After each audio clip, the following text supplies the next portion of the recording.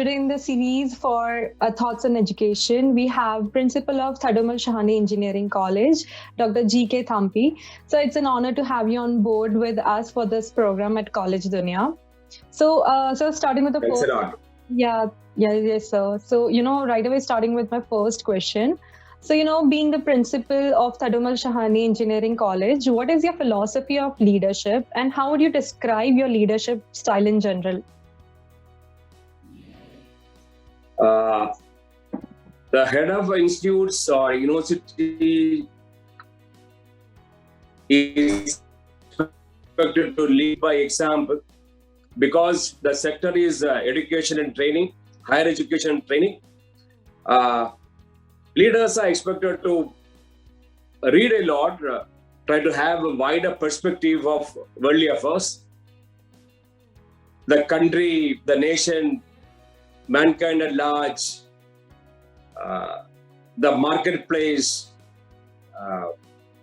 the welfare of the society, and above all, they should be equipped with sufficient understanding and mental faculty to engage students with irrepressible juvenile impatience, a lot of energy that should be canalized in the right direction. That is the foremost duty and responsibility of the head of institutes, especially universities and engineering colleges, or for that matter, higher education.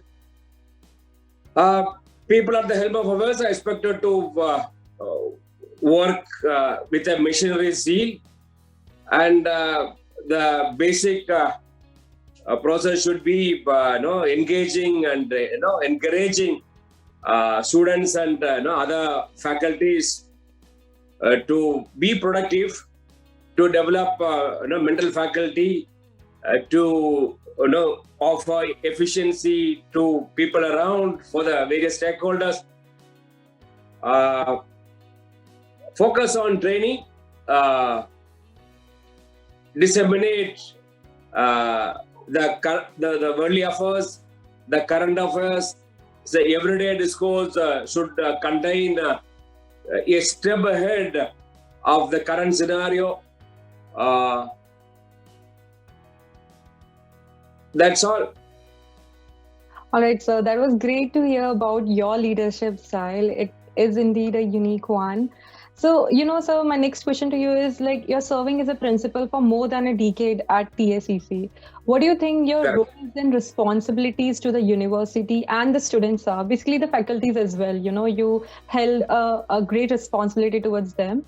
And my next question to you, it's just a follow-up that, how has your vision to the university for your students or your college has evolved over the time?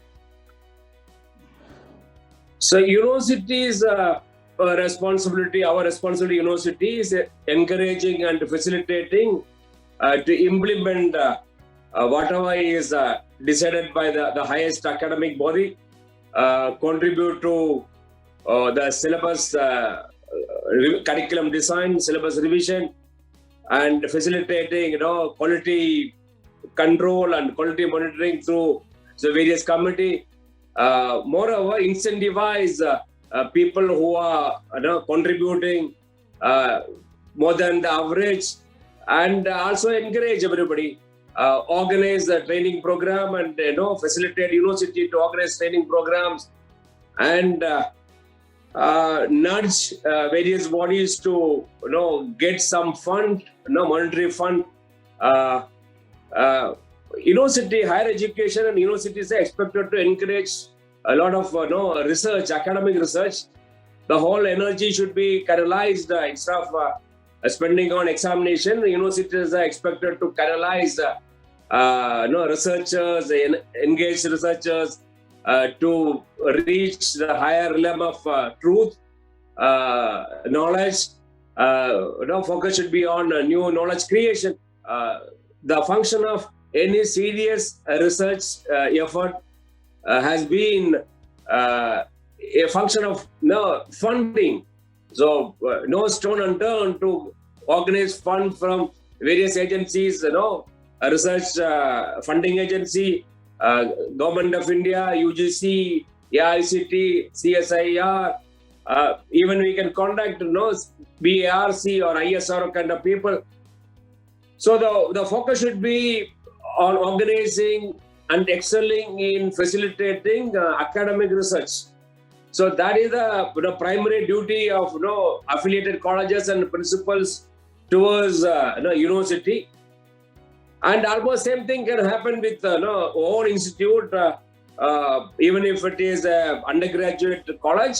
Is very much possible to encourage research, especially research by faculty, and also now undergraduate students also showing a lot of interest in research and publication, and canalize them and initiate them to a newer area of development, niche area. We understand there is an accelerated disruption happening around. So independent of the branch of study, all the students shall be navigated and guided to understand the productive technology around, and a lot of technology can be used as a force multiplier, resource multiplier, independent of the area of their expertise and work, and also encourage our own students to develop a emotional quotient, their capacity to empathize with the people around, and they should be outreaching to immediate neighborhood. So that spiritual quotient, the emotional quotient, is going to help them a long way, in a big way, while they grow up as a professional. Yeah. Yes, sir. So, like you mentioned, about the disruptions. So, looking at the current scenario, the disruptions are not in general for the technology, but when we look around us, the disruption is having in general everywhere, right? So, my next question is regarding that, looking at the current scenario due to COVID-19, the education has been shifted totally online. The disruptions have happened in the field of education as well. I wish to know, how challenging was it for your institute to ensure the best for its students? And how has the learning for students changed because of the same, because of the current scenario, because of the studies happening online? How was your experience during this scenario, and how challenging it was for your university? Yeah, we are hugely succeeding in engaging students productively through online platform without losing much time. Last March itself, I advised all our faculty to prepare for online engagement. At the end, eventually it happened. So April end, we started. April 2020, we started with online engagement, and hugely succeeded because teachers were motivated, and students are constrained. Students are constrained by the outside scenario.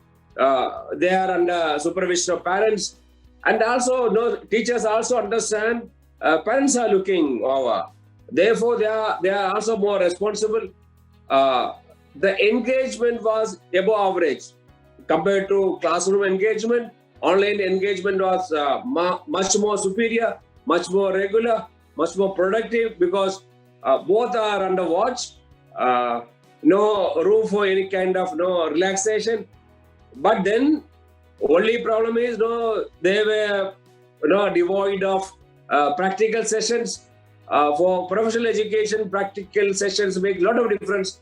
Now, learning while doing is missing in a massive way. But then we are bound to increase a theoretical rigor to compensate lack of practices, and also initiating them to a lot of other area of interest, other productive literature. We are also engaging our students, or nudging our students to take up coding programs, and we engage them again very productively and efficiently through hackathons. It's a godsend procedure where a lot of students are engaged and involved to offer solution to real-time problems. So we thrive, Thadomal Shahani Engineering College thrive on organizing and providing and facilitating hackathon. For the first time, students are initiated to offer real-time solutions to real-time problem.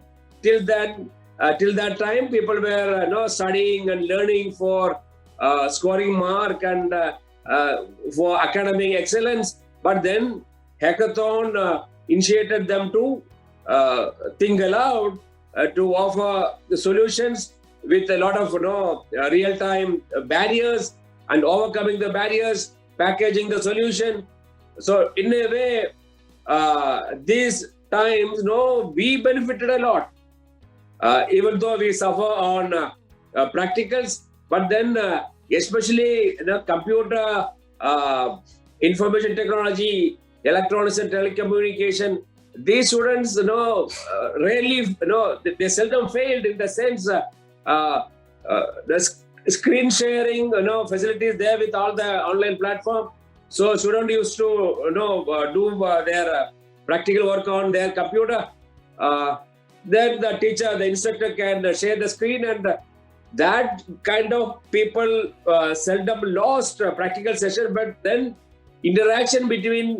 physical interaction between people of same kind, the same caliber, makes a lot of difference. But they are devoid of that. But then chemical engineering, mechanical, civil, etc. lost out on the practical count. But these students, those who are into soft branches, they thrive on even hackathon. They'll delve into new areas, little deep in blockchain technology, deep learning, IoT kind of exercises. All in all, we don't have any repetition per se. We thrive on this. Only thing is now fatigue creeps in. It don't last. It is difficult to engage them and productively. The attention span is coming down. The initial enthusiasm through online learning, etc., is coming down. That's the scenario. Till now, we cannot say we lost out because of this. We migrated, we adapted to the changing scenario. That's great to hear, sir. Like you already mentioned on how your institute is, engaging the students in different ways to just get in synchronized with the current scenario. But I would like to know, is there anything else that you are planning to synchronize the curriculum? So you mentioned for the computer students that you organized hackathons. Is there any other way that you are planning to synchronize the curriculum of Thadomal Shahani Engineering College with the current scenario to ensure the best practice of industry for your students? So we are offering online internship, massively. Last 3-4 years, at least last 3 years, we are seriously engaging students, of prompting students, nudging students to undertake even online internship. They are getting exposed to industries, way of business, way of doing things. Then we are also initiating them to the possibilities of MOOCs, massive open online resources. They are undertaking certification. Not many people are engaging into blockchain, Python, and deep learning. So, online mode of information dissemination training is succeeding. Even internship is succeeding, and some industry is not bothering at all, whether it is online or offline. Like IT services companies, IT services, they don't bother whether it is because everywhere it is computer. The robust internet connection, bandwidth, no botheration. Now, internship again will be a problem for mechanical civil, that kind of regular conventional area of study. Otherwise, computer, IT, electronics and communication, etc. It doesn't matter whether it is online internship or offline internship. Now, even mechanical can be initiated to online design, using software. So even for civil, structural design, etc., through software, consultancies are using them. That way, people are structuring their time and making it more productive. That's great to hear, sir. Like, it was like indeed an insightful session, MOOCs makes a lot of difference, yeah. Yeah, And now, industry is capacity to offer online internship. These are happening in a massive way. So the times have changed, and so have your institute developed a way to, be there in the field as well, right? Yeah. Yeah. So that's it, sir. Like my last, if any suggestions that you would like to give to the current youth and the aspiring students who are struggling with the current scenario, who have, who are skeptical about their future, their dreams, do you have anything for them? I like to convey that the ultimate thing is your capacity to remain focused and hard work. As long as you can remain focused for a long time and ready to put in effort, nobody can prevent you from achieving higher goals in life. So remain focused and try to make use of the this kind of time, lockdown, and improve your understanding, and try to read even business publication and business channels. All these are going to contribute. There is a crash course if you can develop an eye for this, business channels and business paper, newspaper.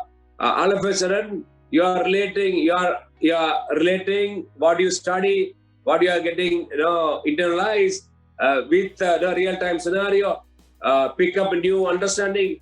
The best of brains are there in business scenario. So, lifetime experience of the best of brains, the extraordinary people can be captured by listening to them by, say, half an hour, 20 minutes, 30 minutes. So that is a big opportunity, big learning. 30 minutes, 15 minutes, you seriously listen to a CEO of a big behemoth. There is no shortcut to reach that position. By virtue of their mental faculty, by virtue of their hard work, by virtue of their structured way of learning and working. So that can be captured by listening to them. So these are very, instead of participating webinar, is the easiest way is hearing to business channels, panel discussions, and even newspaper, business newspaper, Economic Times, Financial Times. These are treasures of knowledge and capturing the current understanding, current marketplace, getting seriously reflected. So a lot of scope if you can develop a temperament for doing this. Thank you. Exactly, sir. Like it truly makes sense, your suggestions, not just for students, but for us also, to keep ourselves updated for the industry. That truly makes sense, sir. So thank you so much for your time. It was indeed a great experience for us to have this conversation with you. So thank you so much, sir. Thanks a lot. I have seen the evolution of Collegedunia over a period of time. Going from strength to strength. And I wish best of luck. And our prayers are with you. Thank you very much. Thank you so much, sir. Take care.